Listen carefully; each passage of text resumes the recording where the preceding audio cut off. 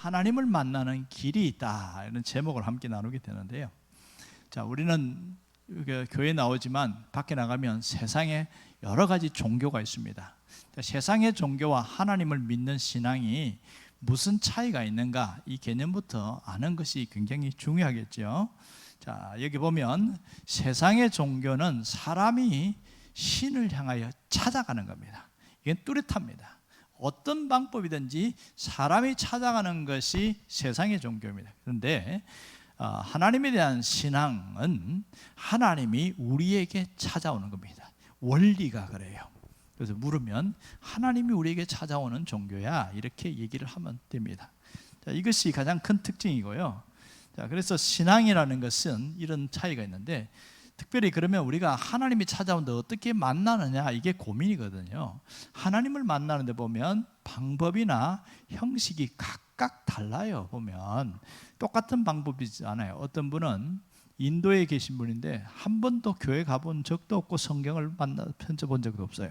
이분은 꿈속에서 하나님이 직접 찾아오셨다고 얘기하고 생생하게 이야기를 해주는 거예요. 진짜 맞아요. 하나님이 찾아오셔야 되겠다. 그래서 자기는 그래서 개종을 하게 된 거예요. 인도 힌두교에서 기독교로 개종한 그런 얘기들을 보면 하나님이 찾아오는 방법이 다양하게 있다. 근데 일반적으로는 하나님이 어떤 방법으로 찾아오냐, 꿈이 아니라 성경입니다. 이게 가장 중요하고요, 위험하잖아요. 꿈을 통해서 하나님 만난 사람은 자꾸만 꿈만 꾸려고 그래요. 그럼 우리가 먹고 살아야 되는데 눈 감고 꿈만 꾸면 어떻게 됩니까? 위험하죠. 운전하다가 꿈을 꾸면 어떻게 되겠냐고요. 그러니까 이게 꿈이라는 것은 그런 위험한 분도 있습니다. 특별한 방법으로 온다는 거 말하면 되겠고요. 자, 중요한 것은 하나님을 만나게 되었을 때 이 점이 중요해요. 뭐가 있어요? 변화가 일어납니다. 하나님을 만나게 되어지면 변화가 일어나는데 어떤 변화냐? 가치관이 바뀌어요. 가치관이 완전히 달라집니다. 우리가 가치관이라는 것은 이런 거예요. 돈이 최고야, 가치관입니다. 자식이 최고야, 가치관이에요. 그 사람이 살아가는 가치관이란 말입니다. 뭐니 해도 그래도 내가 우리 가족밖에 없어, 가족이 최고야, 가치관입니다. 그 사람이 갖고 있는 가치관이에요. 그런데 하나님을 만나면 가치관이 하나님 중심으로 바뀌기 시작하는 거예요. 그리고 생각이 점점점 하나님 중심으로 바뀌게 되는데, 여러분이 주일날 오전에 오고 오후에 왔다는 것은 가치관과 생각이 그만큼 달라졌기 때문에 가능합니다. 교회 다니는 사람 많아요. 그렇지만은 굳이 오후에까지 참석해야 돼? 그런 생각을 가진 사람은 옵니까 안 옵니까? 못 오죠. 오후에 안 온다고 해서 지옥 안 가는데 뭘. 그러니까 가치관과 생각이 달라지면 그 다음에 나중에 뭐가 달라져요? 행동입니다. 언제나 여러분, 제가 늘 쓰는 말이 있어요. 신앙이 좋다는 것은 뭐가 달라지냐? 생각이 달라지는 겁니다. 신앙이 좋은 사람은 생각이 달라져요. 생각이 달라진지 안 달라진지 어떻게 알 수 있어요? 말을 해보면 돼요. 대화를 해보면 저 사람이 가치관이 세속적인 가치관을 갖고 있는지 신앙적 가치관을 갖고 있는지 확연하게 드러납니다. 이것을 통해서 알 수가 있어요. 그런데 오늘 중요한 핵심은 어떻게 하나님을 만날 것인가 하는 거예요. 어떻게 하나님을 만날 것인가. 자, 보면 밑에부터 내려가서 봅시다. 13절을 보면 너희는 하나님을 찾으라, 이렇게 이야기했어요. 하나님을 찾으라. 그러니까 나를 구하면 나를 만나리라, 이런 얘기를 했단 말이에요. 그런데 찾고 찾으라, 이 반복적인 얘기가 나오고 있는데 왜 굳이 하나님을 한 번만 찾으면 하나님이 만나주면 되는데 찾고 찾아야 만나준다고 얘기를 하는가? 왜 그럴까요? 그 사람이 진심인지 아닌지를 알고 싶은 거죠. 진심인지 아닌지. 그럼 하나님이 찾는 방법이 뭐예요? 12절에 보면 뭐라고 써놨어요? 12절에 부르짖으라. 기도인데 어떻게 기도하는 거예요? 입을 다물고 하는 게 아니고 소리를 크게 내서 하는 기도가 부르짖는 거잖아요. 부르짖으라 그랬어요. 그러니까 기도라는 방법, 하나님을 만나는 방법이 뭐냐? 기도라는 것을 통해서, 그것을 통해서 하나님을 만날 수 있다, 이렇게 이야기하고 있어요. 하지만 사람들은 하나님을 찾지 않습니다. 오히려 돈이나 오히려 다른 것을 갖고 더 중요시합니다. 왜냐하면 하나님을 찾으면 불편하다고 생각해요. 불편하다. 그런 사람들이 많습니다. 하나님을 찾지 않고 하나님을 믿는다고 하는 사람 중에서도 하나님보다는 육신의 정욕으로 끌려가는 사람들이 많습니다. 자, 제가 이런 써놨어요. 하나님을 찾지 않고 영적인 매개체를 통해서 하나님을 찾는 사람이 있어요. 영적인 매개체가 뭔지 아세요? 이렇게 쓰면 잘 모르시네. 영적인 매개체가 뭐예요? 무속인이죠. 무속인. 신받은 사람들. 자, 이 사람들도 보면 다양한 종류가 있어요. 목사님도 보면 찬양을 잘하는 목사가 있고요. 또 귀신을 쫓는 병 고치는 은사가 있는 분이나 또 말씀을 잘 전하는 분이나 다양하듯이 이들도 보면 다양한데 그들은 이 사람들 통해서 어떤 신적인 존재를 만나려고 그래요. 자, 그 다음에 또 어려운 표현을 써놨는데요. 하나는 또 자연과 동물을 통해서 신적인 존재를 만나려고 해요. 이걸 뭐라고 표현하면 토테미즘이라고 그래요. 토테미즘. 토테미즘이라는 것은 동물과 식물 또 바위 이런 자연 이런 걸 통해서 신적인 존재나 또 조상들의 영혼을 만나려고 하는 것을 토테미즘이라고 어려운 표현을 쓰고 있죠. 토테미즘. 무속인을 통해서 만나는 것을 뭐라고 그러냐면 샤머니즘이래요. 샤머니즘. 무속인의 뜻이 뭐냐면 샤먼이라는 뜻이거든요. 샤먼. 그래서 샤머니즘이라고 이렇게 표현합니다. 이게 일반적인 형상이에요. 그리고 우리 조상들은 보면 어떤 형상을 만들지요. 이 만드는데 보면 언젠가 제가 시골에 가보니까 아직도 있더만요. 산에 가보니까 그 장성 둘이가 딱 버티고 있는데 위에는 천하대장군이 버티고 있어요. 그리고 바로 그 옆에 맞은편에 밑에는 지하 여장군이 버티고 있어요. 긴 큰 통나무로 갖고 사람 형상으로 만들어 가지고 이렇게 왜 하냐? 그 마을에 출입하는데 귀신들이 잡것들이 함께 못 들어오게 하는 수호신이 나는 거야. 그렇게 이런 장성을 통해서 신적인 존재를 만나고 우리를 보호해 주기를 원하고 그렇게 합니다. 그리고 우리가 잘 아는 부처상을 이제 만들어 놓고 거기다가 도금을 하잖아요. 도금을 하면 갑자기 신적인 존재가 돼버리는 거예요. 희한하지요. 그냥 부처상은 별로 신비한 능력이 없는 것 같아요. 도금을 하고 이렇게 해서 그런 형상을 통해서 만나려고 하는 그런 방법들이 참 많습니다. 또 젊은 사람들은 이런 것도 필요 없어요. 뭐 해요? 타로점을 합니다. 타로가 뭔지 아세요? 네, 카드에 보면 이상한 그림들이 있잖아요. 그걸 가지고 뽑는데 그냥 뽑으면 안 되고 내가 앞으로 내 진로가 어떻게 됩니까? 마음에 생각을 하라고 그래요. 그러면 그 중에서 카드를 탁 뽑아요. 그리고 내가 누구와 결혼하면 좋을까요? 하면 딱 마음에 생각하면 뽑으라고 그래요. 그걸 갖고 해석을 해주는 게 타로점이에요. 근데 이게 또 다 보면 일종의 어떤 그 영적인 매개체라고 할 수 있겠지요. 이렇게 만나는 것이 아니고 하나님은 우리에게 누구를 보냈어요? 예수 그리스도를 보내주셨고 그분을 통하여 하나님을 만나게 하셨다. 이렇게 결론적으로 얘기했습니다. 하나님 만나는 길을 알려주시는데 자, 이걸 뻔한 얘기잖아요. 다 아는 얘기예요. 이걸 알려면 전제 조건은 이 네 가지를 꼭 기억을 해야 돼. 첫 번째는 이 세상은 두 개의 세계가 공존하고 있다는 것을 먼저 인지하고 들어가야 된단 말이에요. 두 개의 세계가 공존한다는 거예요. 무슨 세계? 보이는 세계와 보이지 않는 세계. 보이는 세계를 뭐라고 그래요? 물질 세계라고 그러죠. 물질 세계에는 뭐가 있습니까? 식물, 동물, 흙과 식물과 동물과 사람. 사람도 일부, 사람은 중간 세계에 있지만 물론 그렇게 있고요. 그 다음에 보이지 않는 세계가 있어요. 이게 영적 세계죠. 영적 세계는 뭐가 있습니까? 누가 계셔요? 제 위에 하나님이 계시고 또 누가 있어요? 천사가 있고 사탄과 귀신이 있죠. 왜 사탄과 귀신이 따로 뗐습니까? 귀신의 우두머리가 사탄입니다.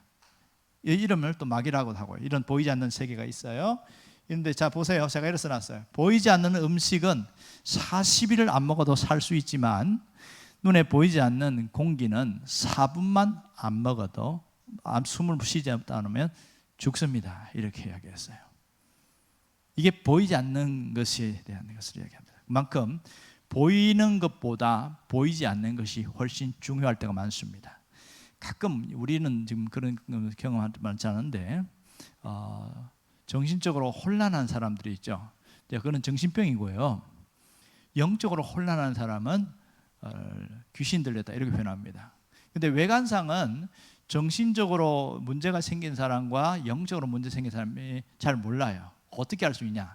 약을 먹여보면 알아요. 약을 먹여보면 정신적으로 혼란한 사람은 이게 잠재워져서 아주 순해져요. 근데 영적으로 혼란한 사람은 약을 먹어도 쌩쌩합니다. 전혀 영향을 안 받아요. 이 사람은 영적인 문제입니다. 그런데 세상에서는 영적인 문제를 안 다루기 때문에 무조건 정신적인 걸로 해서 약으로 그냥 다 해결해 하려는데 결국은 해결이 안 됩니다. 정신적으로 해서 문제 있는 사람이 약을 먹어서 잠재워서 좀 도움이 돼서 거기서 병원에서 퇴원하는 분이 계시지만 영적으로 혼란한 사람은 죽을 때까지 거기서 못 나옵니다. 그래서 정신병원에 사람이 많은 이유가 그런 부분들입니다. 바로 이런 눈에 보이지 않는 것들. 두 번째 전제 조건은 뭐냐면 사람은 반드시 죽는다는 거예요. 반드시 죽는다. 왜 죽어요? 사람은 하나님이 생기를 부르는데 그 생기가 뭐예요? 영과 혼이잖아요. 그리고 사람이 몸을 뭘로 만들었어요? 흙으로 만들었어요? 진흙으로 만들었어요?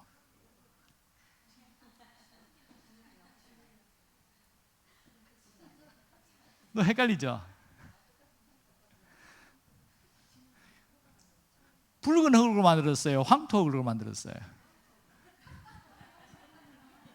다음에 이제 천국 가면 내가 물어보려고. 여러분, 흙으로 만들었기 때문에 육체는 죽으면 어디로 갑니까? 흙으로 땅에 묻힙니다. 반드시. 그런데 영은, 하나님이 부르는 영은 어떻게 돼요? 올라가요. 그래서 사람이 죽으면 뭐라고 표현합니까? 돌아가셨다 이렇게 표현해요. 돌아가셨다. 죽었다 이렇게 말 안 합니다. 그러면 되게 상스럽다고 생각해요. 돌아가셨다고 그래요. 여기는 굉장한 의미가 있습니다. 하늘에서 불러서 가셨다 이 뜻이거든요. 이것을 한자어로 하면 소천 이렇게 말합니다. 하늘에서 불러서. 자, 돌아가셨다고 하면서 그래서 제사 지내거든요. 제사 지낸다는 것은 무슨 세계가 있는 거예요? 보이지 않는 세계가 있다는 것을 자기가 인정하는 거잖아요. 안 믿는다고 하면서도 제사 지내는 것은 보이지 않는 세계가 있다는 걸 인정하는 거예요. 사람은 그래서 반드시 죽는다는 것이 두 번째 전제 조건이에요. 세 번째, 따라합시다. 영혼의 세계가 있다. 영혼의 세계가 있습니다. 이 땅에도 보면 좋은 집에 사는 청와대 같은 궁궐이 있고 또 아주 죄수들이 있는 감옥이 있습니다. 이 땅에도. 그런데 죽음 이후에도 뭐가 있습니까? 천국이라는 좋은 곳이 있고 지옥이라는 흉악한 곳이 있단 말입니다. 이 영혼의 세계, 제가 사람이 죽었다는 것을 얘기하고 전제했는데요. 자, 천국과 지옥, 제가 뭐라 써놨어요? 심는 대로 거둔다. 무슨 뜻입니까? 이 땅에서 예수를 제대로 믿으면 천국에 가게 될 것이고 믿지 않으면 지옥으로 가게 된다. 이게 심는 대로 거둔다는 뜻입니다. 그래서 우리는 뭘 해결받아야 돼요? 죄 문제를 반드시 해결받아야 됩니다. 왜 죄 문제를 해결받아야 되냐? 죄가 내가 남아있으면 무슨 통로가 되냐면 이 죄의 원인자인 사탄이 우리를 들어올 수 있는 들어갔다 나갔던 통로가 열리는 거예요. 죄가 우리 있으면 문이 열려 있는 상태예요. 그럼 아무나 들어오는 거예요. 아무나 와서 뭐 하는 줄 아세요? 죄의 씨앗을 뿌려요. 생각에다가 뿌리고 그것이 마음밭에서 자라나게 만들어 버립니다. 그래서 죄 문제는 근본적인 죄 문제도 해결해야 되지만 우리가 이 땅에서 살아가면서 끊임없이 있는 죄 문제를 해결받아야 돼요. 자, 누군가가 어떤 것 때문에 죄가 내 안에 들어왔어요. 어떻게 해결할 수 있죠? 이거 해결받아야 된다고 제가 이야기했어요. 여기는 안 써놨습니다. 어떻게 하면 해결이 될까요? 예수님 믿는데 어떻게 하면 해결되냐고요. 믿는 사람을 전제로 했을 때 예수님께 나와서 죄를 고백하는 것, 이것을 기독교 용어로 뭐라고 표현해요? 회개라고 그래요. 사람들은 회개하면 상당히 부정적입니다. 내가 무슨 죄를 지었는데 막 이러면서 고개 빳빳하게 흔들고 큰 소리 쳐요. 따라합시다. 회개는 영혼이 샤워하는 거다. 뭐 하는 거라고요? 샤워하는 거예요. 샤워하는 거예요. 영혼이 샤워하는 겁니다. 그러므로 회개는 많이 하면 많이 할수록 영혼이 깨끗해집니다. 그래서 쉽습니다. 자, 보세요. 죄의 원인을 누가 뿌리냐면 사탄이 와서 뿌려서 최초 인간에게 뭐 하겠어요? 진리를 거역하겠다는 건 뭡니까? 선악과를 먹지 마라가 진리잖아요. 그런데 이 사탄은 뭐라고 하냐면 먹어도 된다, 안 죽는다, 이렇게 했어요. 이 진리를 거역하게 만들었어요. 그래서 결국 인간이 타락하게 됐죠. 그래서 문제가 된 겁니다. 자, 보세요. 가장 기본적인 것은 예수님을 통하여 내가 구원받는다는 겁니다. 이건 다 알아요. 여기 있는 분은 다 거의 믿는 사람이니까. 예수님을 통하여, 잘 보세요. 예수님 나의 구원자여 나의 주인이심을 고백해야 됩니다. 제가 새벽에도 여러 번 이야기했는데요. 자, 예수님이 나의 구원자라고 믿는 사람 대부분 그렇게 믿어요. 그렇지만 가장 안 되는 게 뭐냐 하면 그분이 나의 주인 되심을 잘 안 믿습니다. 고백하지도 않습니다. 무슨 차이가 있느냐? 예수님은 나를 천국 보낼 사람으로 분으로 믿는다. 그것이 구원자를 믿는 겁니다. 반쪽 복음이에요. 진짜 복음은 뭡니까? 둘 다예요. 예수님이 나의 주인이심을 믿어야 돼요. 아멘인가요? 이게 확실히 돼야 된단 말입니다. 주인 되심을 믿는다는 게 뭐예요? 이 땅에 살아있으면서 주님이 나의 주인입니다. 그럼 내가 누구요? 내가 누구요? 예수님이 주인이면 내가 누구냐고. 하나님의 자녀. 이때는 자녀라고, 자녀 맞긴 하지만은 그때는 나는 종이라고 표현하는 게 맞습니다. 그러니까 그래야 순종이 가능하거든요. 제일 안 되는 게 이 부분입니다. 그래서 우리가 끊임없이 흔들리는 부분이에요. 자, 여기 보세요. 이 땅에 있는 죄수들이 가끔 8.15 해방 때라든지 죄수들인데 대통령이 사면권을 이렇게 한번 이렇게 해서 내밀면 형 기간이 남아 있지만 자유의 몸이 되어집니다. 그런 것처럼 하나님이 사면권을 내밀면 어떠한 죄인도 이제는 자유할 수 있어요. 하나님의 사면권이 뭐예요? 바로 예수 그리스도입니다. 예수 그리스도. 그분이 사면권이에요. 이 강력한 무기를 우리에게 주셨어요. 자, 정리하고 마치겠습니다. 지금 제가 하나님을 만나는 길에 대하여 이야기했습니다. 하나님을 만나는 길을 이야기하면서 너희는 나를 찾으라 그랬어요. 그러니까 하나님 만나는 길에 도구가 뭐를 줬냐? 기도라는 도구를 줬죠. 기도라는 것을. 근데 그 기도라는 도구를 줬는데 사람들이 써야 안 써요? 안 씁니다. 그래서 구체적으로 이 기도라는 도구를 통해서 가야 되는데 뭘 몰라서 그러냐? 이 네 가지 전제 조건을 잘 모르니까 잘 안 쓰는 거예요. 잘 보세요. 예수님을 통하여 하나님 만나는 길을 열으셨는데 전제 조건이 뭐냐? 이 땅에는 두 세계가 공존한다는 것. 두 번째, 사람은 반드시 죽는다는 것. 세 번째, 여러분 해보세요. 시작. 그렇지. 영혼의 세계가 있다. 이 땅에 살면서도. 그러므로 우리가 완전히 해결받기 위해서는 예수 그리스도가 절대적으로 필요하다. 그분을 통하여 우리는 해결할 수 있다. 가장 기본적인 건데 이걸 치워버리면 하나도 몰라요. 그래서 여러분들이 가장 기본적인 것을 알고 믿어야 되고 깨닫고 믿는 것이 대단히 중요합니다. 오늘은 하나님의 만나는 길에 대해서 기본적인 거 몰라서 가르친 것이 아니고요. 여러분들이 혹시 누군가를 만나면 이런 걸 너 아냐? 눈에 보이는 세계가 있고 안 보이는 세계가 있다 이러면서 설명해 줄 수 있다면 상당히 유익할 수 있겠지요. 자, 기도하겠습니다.